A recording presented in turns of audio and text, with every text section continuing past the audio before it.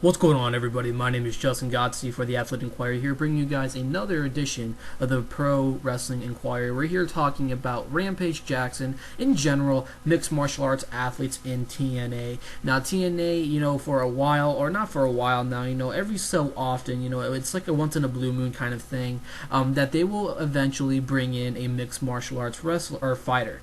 I'm a huge mixed martial arts fan. I love mixed martial arts. It's one of the sports I'm very passionate about, and a reporter, Mike Bone, who is a MMA journalist, I don't know exactly who he writes for or anything, he tweeted out that Rampage Jackson says that TNA killed his desire to do professional wrestling, and says that he thinks they handled him and his appearance on TNA very terribly. I have to agree with that. Rampage Jackson, just because TNA killed it, it doesn't mean that he could end up going over to WWE, because there's just been so many UFC fighters just so interested in making the jump to professional wrestling. I know that I read an article, I don't know if it was real or not, about Cain Velasquez going over. We know everything about Chael Sonnen potentially wanting to go and buy the WWE or buy into the company. Professional wrestling is good. It's completely different than what mixed martial arts fighters go to. The training compared to each other, it's still an intense thing. I still think that MMA wrestlers go through a lot more. I'm very passionate about both. I'm a big passion on WWE or in professional wrestling and mixed martial arts, together. But I would still think that MMA fighters go through a lot. They have to go through a lot of weight cuts. Their kidneys get during the weight cuts. It really it kills them. It really does. It hurts, and not being able to eat anything. Just being on a strict diet. It's much harder right now. Then you have the WWE. Yeah, you still have to have a strict diet and everything. Make sure you're up to par on a healthy diet. But you don't have to go through weight class. There's no weight class in professional wrestling. That's what makes mixed martial arts more interesting.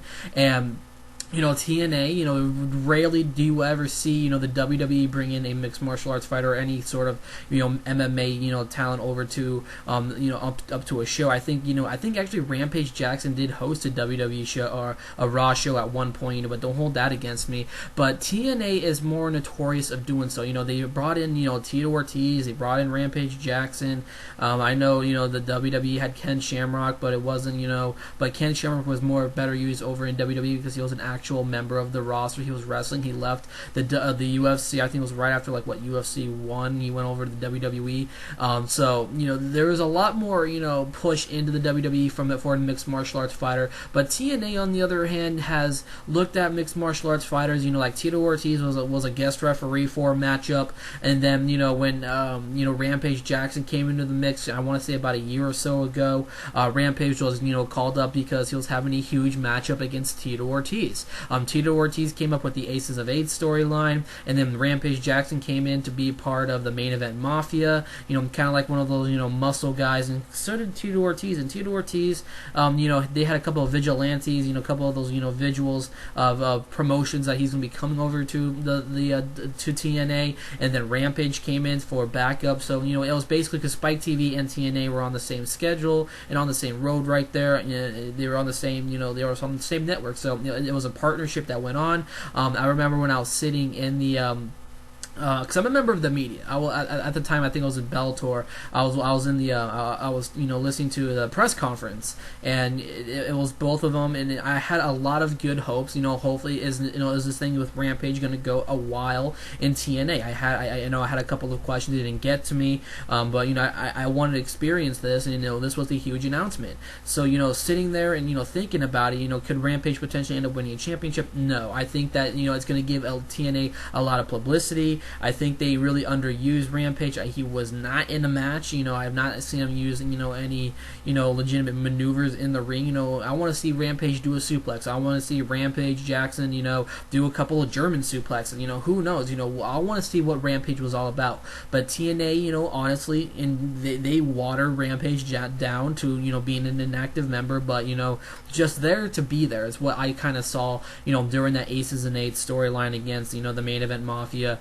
And, same thing with Tito Ortiz. Tito Ortiz, back in the early days, around 2005, 2004, he was, like I said, he guest referee for a match. He did land a shot on Jeff Jarrett. I want to say it was a match against Rhino or Jeff Hardy. I remember that, and he did a quick count, and then I think it was Jeff Hardy or Rhino won a belt from against Jeff Jarrett. I want to say it was Rhino for the most part, but I could be wrong. You guys would know what I'm talking about if you're an old school TNA fan like I am, and you would remember. I think it was at the Hard Justice pay-per-view, 4 or 5.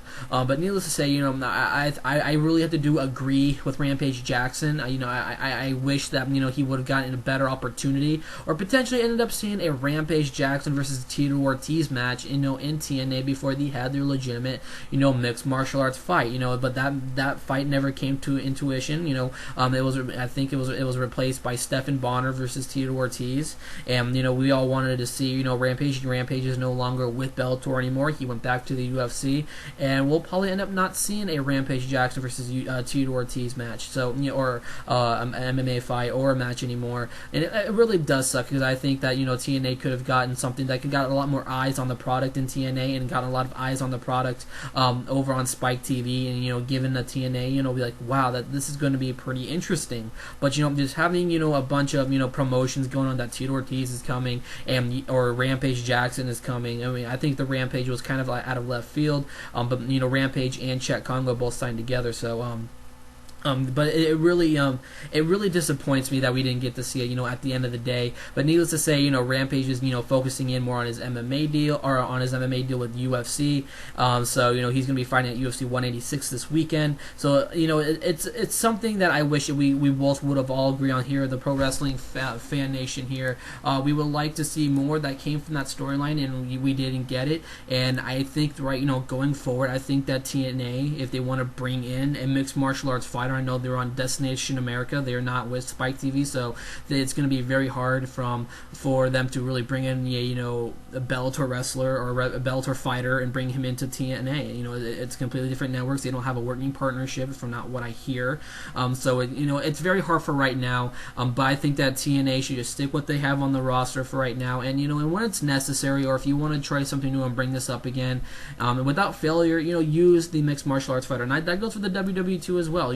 If they want to bring in a mixed martial arts talent, use them. If it's like a celebrity appearance and it's non attacking, that's fine. Have like a once in a blue moon kind of thing. But if you want to sign them, you sign them to a deal. If you want to put them down to NXT, there's an option right there for them. So let me hear your guys' opinion about this. Do you think it's a good idea for a TNA show or a WWE show to bring in a mixed martial arts fighter? Do you think, how would you even, including, leave your favorite fighter, who would you like to see in the WWE? A lot of guys have said, I want to see, Daniel Cormier come over.